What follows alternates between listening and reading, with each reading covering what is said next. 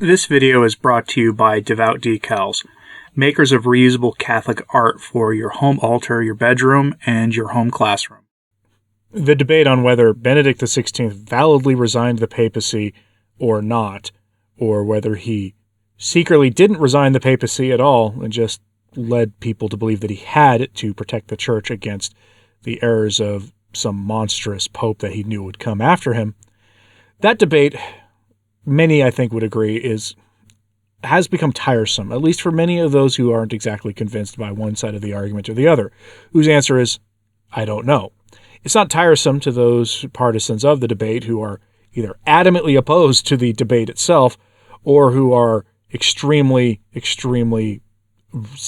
dedicated to one argument on this, whether it's, the Dr. Ed Mazza's Munus and Ministerium argument or Andrea Ciancini's argument about the impeded see, or any other various arguments you like to make, including those who simply say Francis couldn't have become Pope because Cardinal Bergoglio was a known heretic before the conclave of 2013.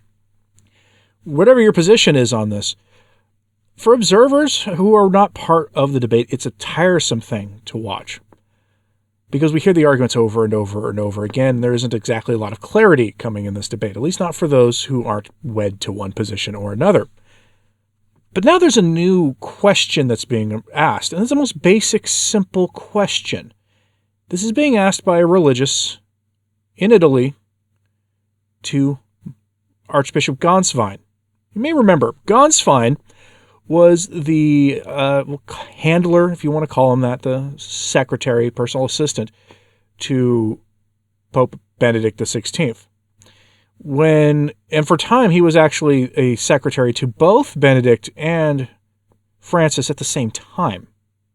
It was kind of an odd thing, and it led many to think that Gänswein was actually Benedict's handler, that he was to make sure that Benedict would just be a good retired Pope Emeritus and live in the Vatican buildings he was allowed to and stay out of trouble.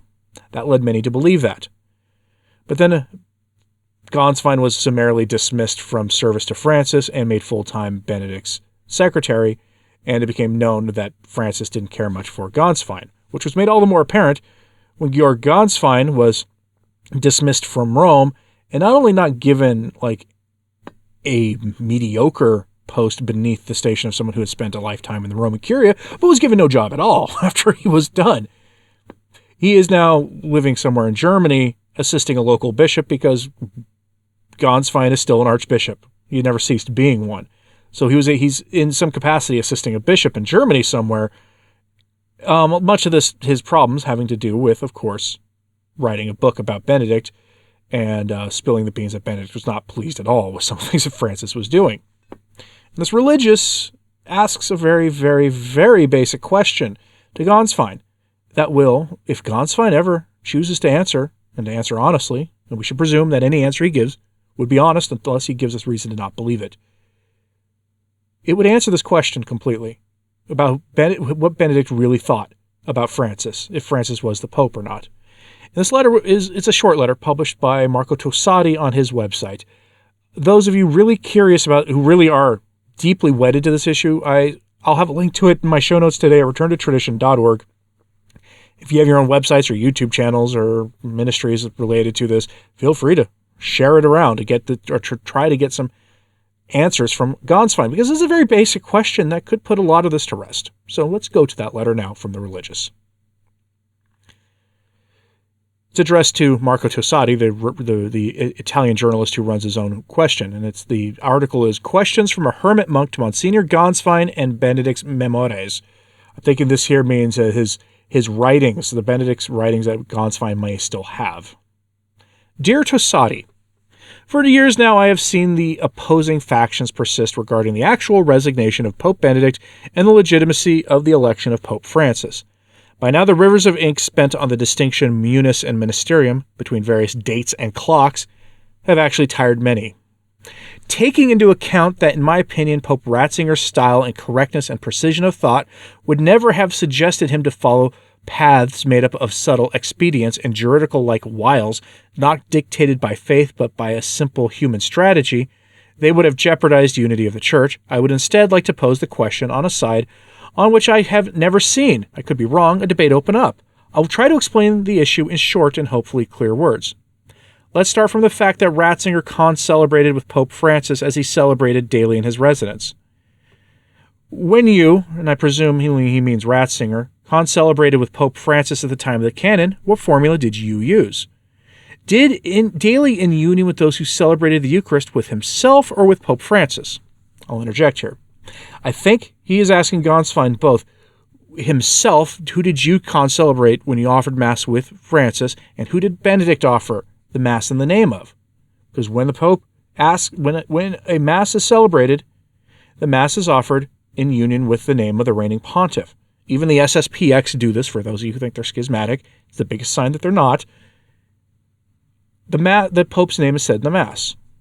Is that your Novus Ordo, your traditional Latin Mass? It's at the Eastern liturgies. The Pope's name is said in the Mass. The Mass is offered in union with him. So the question is, when you, Gänswein, and presumably Benedict, concelebrated with Pope Francis at the time of the canon, what formula did you use? Daily in union with those who celebrated the Eucharist? With himself, meaning Benedict, or with Pope Francis? Did Benedict offer the name of the Mass in union with himself, your humble servant, Benedict XVI, which is how he would have said it, or in union with Pope Francis? Let's continue.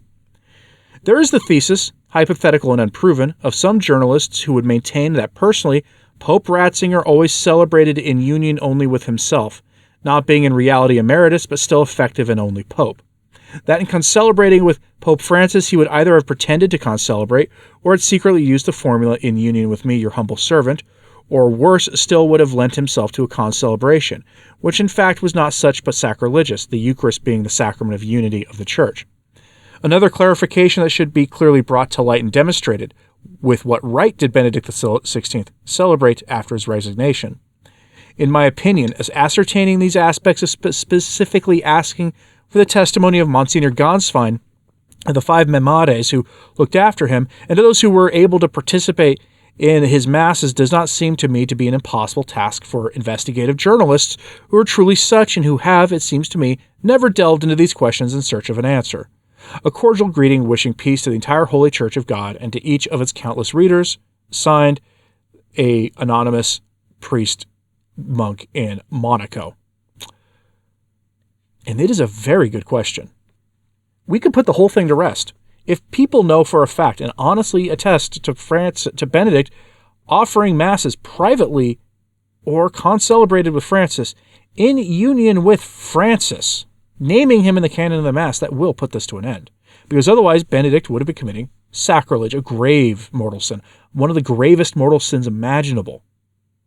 And certainly I don't think anybody would think that Benedict would offer a sacrilegious Mass, unless he had some other way of offering the Mass in union with himself without Francis knowing it. I'm curious, do you find this an interesting line of reasoning?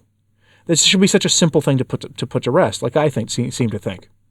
That all you have to do is find out what Benedict said in the canon of the Mass, and it could put the whole thing to rest.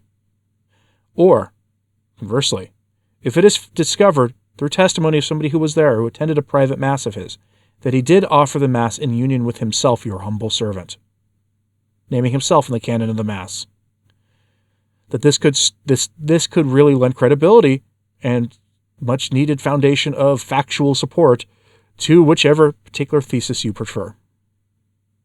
Curious what you have to say about this, so let me know in the comments, please. Hit like and subscribe if you haven't, it does help. So does sharing this on social media, that helps too. Again, I'll have this posted today at returntotradition.org for those of you who really want to take a look at it. The translation I read to you is using a basic Google Chrome extension, so it's a little clunky, but you got the idea from it. It's very, very easy to understand the question here. As always, pray for the Church. I'm Anthony Stine. Ave Maria.